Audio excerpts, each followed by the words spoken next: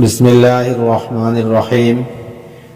কয়েকটি বিশেষ গুরুত্বপূর্ণ হাদিস যেগুলি আমরা যদি শেষ পর্যন্ত শুনতে পারি তাহলে আমাদের জীবনে অনেক পরিবর্তন আসতে পারে। তাই প্রত্যেক মুসলমানদের কাছে আমার অনুরোধ যে আমরা যেন এই ভিডিওটি শেষ পর্যন্ত পূর্ণভাবে দেখি, যাতে কোথাও স্কিপ না করি, কারণ অতি গুরুত্বপূর্ণ কয়েকটি হাদিস বিভিন্ন কিতাব থেকে আমি সংগ্রহ করেছি। আশা করি আমাদের জীবনের অনেক পরিবর্তন আসবে। তো দেরি না করে শুরু করি। বিসমিল্লাহির রহমানির রহিম। হযরত আবু উমামা রাদিয়াল্লাহু তাআলা আনহু হইতে বর্ণিত আছে যে নবী করিম সাল্লাল্লাহু আলাইহি ওয়াসাল্লাম ইরশাদ করিয়াছেন, যে ব্যক্তি আপন মুসলমান ভাইয়ের জন্য কোনো ব্যাপারে সুপারিশ করিল, অতঃপর ওই ব্যক্তি সুপারিশকারীকে সুপারিশের বিনিময়ে কোনো হাদিয়া পেশ করিল এবং সে ওই হাদিয়া কবুল করিয়া লইল, তবে সে সুদের দরজাসমূহের মধ্য হইতে একটি বড় দরজার ভিতর ঢুকিয়া গেল। আবু দাউদ শরীফের রিওয়ায়াত। এখানে গুরুত্বপূর্ণ কথা হলো যে শুধু টাকা পয়সার মধ্যে সুদ হয় এমন নয়। কারো কাছ থেকে কোনো উপকার গ্রহণ করার পরে যদি আমরা উপকার করার পরে যদি কোনো হাদিয়া কবুল করি তো এটাও সুদের মধ্যে গণ্য হবে। আল্লাহ পাক যাতে আমাদেরকে কারো কোনো উপকার করিলে বা সুপারিশ করিলে এর বিনিময়ে যাতে আমরা কোনো কিছু গ্রহণ না করি। দ্বিতীয়, ইবনে হিব্বান শরীফের একটি রিওয়ায়াত, আরেকটি গুরুত্বপূর্ণ হাদিস। হযরত ইবনে আব্বাস রাদিয়াল্লাহু তাআলা আনহু বর্ণনা করেন যে রাসূলুল্লাহ সাল্লাল্লাহু আলাইহি ওয়াসাল্লাম ইরশাদ করিয়াছেন, যে মুসলমানদের দুইটি কন্যা সন্তান আছে, অতঃপর যতদিন তাহারা তাহার নিকট থাকে অথবা সে তাহাদের নিকট থাকে এবং তাহাদের সহিত সৎ ব্যবহার করে, তবে এই দুই কন্যা সন্তান তাহাকে অবশ্যই জান্নাতে প্রবেশ করাইয়া দিবে। কন্যা সন্তান অনেক খুশির খবর।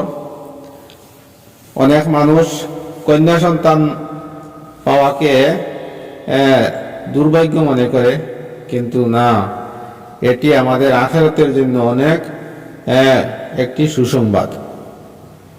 আল্লাহ নবী সাল্লাল্লাহু আলাইহি ওয়াসাল্লাম বলতেছেন যে দুইটি কন্যা সন্তানকে কেবল লালন পালন করলে, তাদের সহিত ভালো ব্যবহার করলে তাহাকে জান্নাতে প্রবেশ করাইয়া দিবে।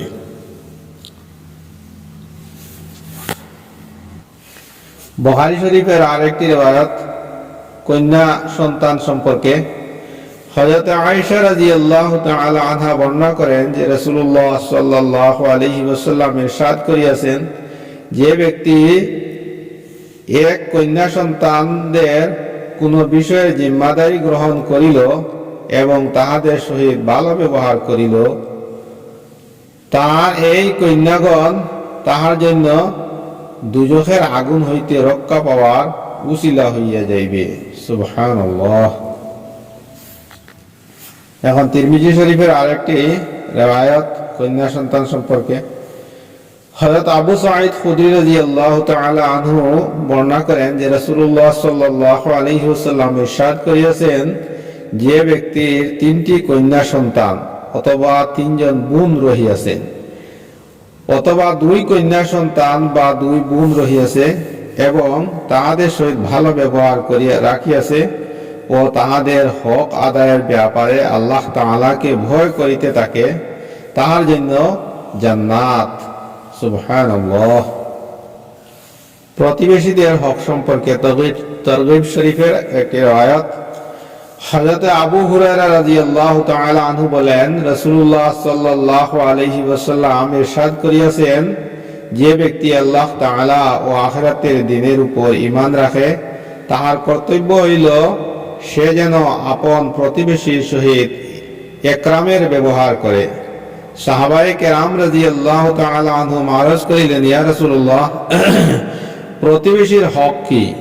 তিনি ইরশাদ করিলেন, যদি সে তোমার নিকট কিছু চায় তবে তাহাকে দাও, যদি সে তোমার নিকট সাহায্য চায় তবে তুমি তাহার সাহায্য করো, আর যদি সে নিজের প্রয়োজনে খরচ চায় তবে তাহাকে খরচ দাও।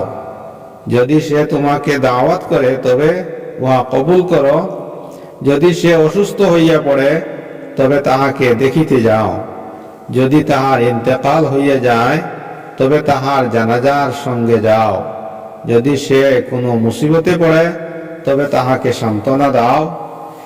নিজের পাতিলে গোশত রান্নার খুশবু দ্বারা তাহাকে কষ্ট পৌঁছাইও না, কেননা হইতে পারে যে অভাবের কারণে সে গোশত রান্না করিতে পারে না, বরং উহা হইতে কিছু তাহার ঘরে পাঠাইয়া দাও।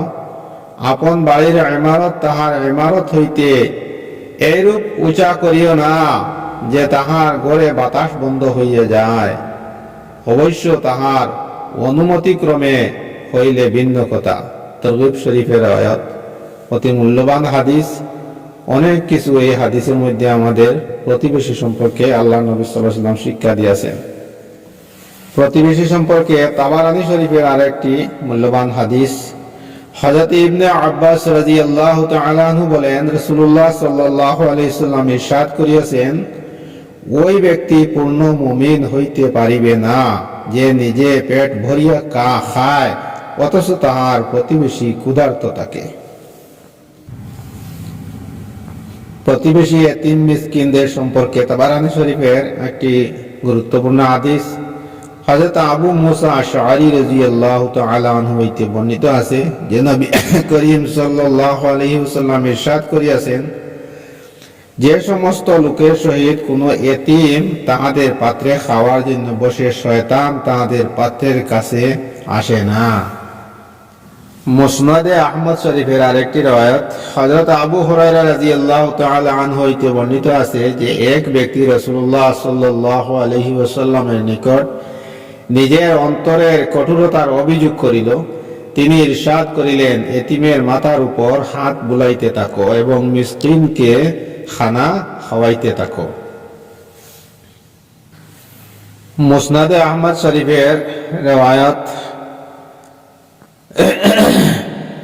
আত্মীয়তা সম্পর্কে, হযরত আনাস ইবনে মালিক রাদিয়াল্লাহু তাআলা আনহু বর্ণনা করেন যে রাসূলুল্লাহ সাল্লাল্লাহু আলাইহি ওয়াসাল্লাম ইরশাদ করিয়াছেন, যে ব্যক্তি ইহা পছন্দ করে যে তাহার আয়ু দীর্ঘ হোক এবং তাহার রিজিক বাড়াইয়া দেওয়া হোক, সে যেন পিতামাতার সহিত সদ্ব্যবহার করে এবং আত্মীয় স্বজনের সহিত সম্পর্ক বজায় রাখে।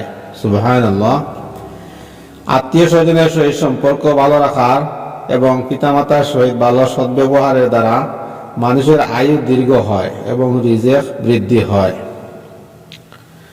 মুস্তাদরাকে হাকিমের আরেকটি রওয়ায়াত, হযরত মুআজ রাদিয়াল্লাহু তাআলা আনহু হইতে বর্ণিত আছে যে রাসূলুল্লাহ সাল্লাল্লাহু আলাইহি ওয়াসাল্লাম ইরশাদ করিয়াছেন, যে ব্যক্তি পিতামাতার সহিত ভালো ব্যবহার করিয়াছে তাহার জন্য সুসংবাদ যে আল্লাহ তাআলা তাহার আয়ু বৃদ্ধি করিয়া দিবেন। বুখারী শরীফের একটি রওয়ায়াত পিতামাতা হকের ব্যাপারে, হযরত আবু হুরায়রা রাদিয়াল্লাহু তাআলা আনহু হইতে বর্ণিত আছে যে এক ব্যক্তি রাসূলুল্লাহ সাল্লাল্লাহু আলাইহি ওয়াসাল্লামের খেদমতে হাজির হইয়া জিজ্ঞাসা করিল, আমার সদ্ব্যবহারের সবচেয়ে বেশি হকদার কে? তিনি ইরশাদ করিলেন, তোমার মা। সে জিজ্ঞাসা করিল, অতঃপর কে? তিনি ইরশাদ করিলেন, তোমার মা। সে আবার জিজ্ঞাসা করিল, অতঃপর কে? তিনি ইরশাদ করিলেন, তোমার মা। সে জিজ্ঞাসা করিল, অতঃপর কে? তিনি ইরশাদ করিলেন, অতঃপর তোমার পিতা। মুস্তাদরাকে হাকিমের আরেকটি রওয়ায়াত স্বামী এবং পিতামাতা সম্পর্কে, হযরত আয়েশা রাদিয়াল্লাহু তাআলা আনহা হইতে বর্ণিত আছে, তিনি বলেন, আমি আরজ করিলাম, ইয়া রাসূলুল্লাহ, মেয়েদের উপর সবচেয়ে বেশি হক কাহার? তিনি ইরশাদ করিলেন, তাহার স্বামীর। আমি জিজ্ঞাসা করিলাম, পুরুষের উপর সবচেয়ে বেশি হক কাহার? তিনি ইরশাদ করিলেন, তাহার মার।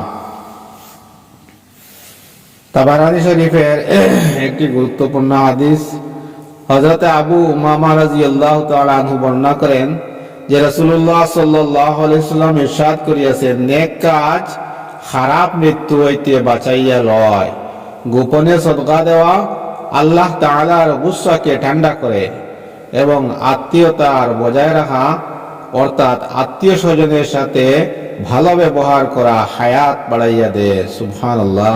তিনটি আমল, তিনটা বড় বড় লাভবান, যে নেক কাজ মানুষের অপমৃত্যু থেকে মানুষকে রক্ষা করে এবং সদকা, গোপনে সদকা আল্লাহ পাকের রাগ এবং গুসাকে ঠান্ডা করে দেয়।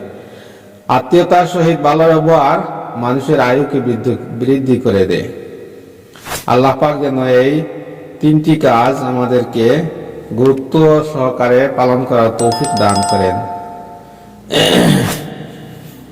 আমিন।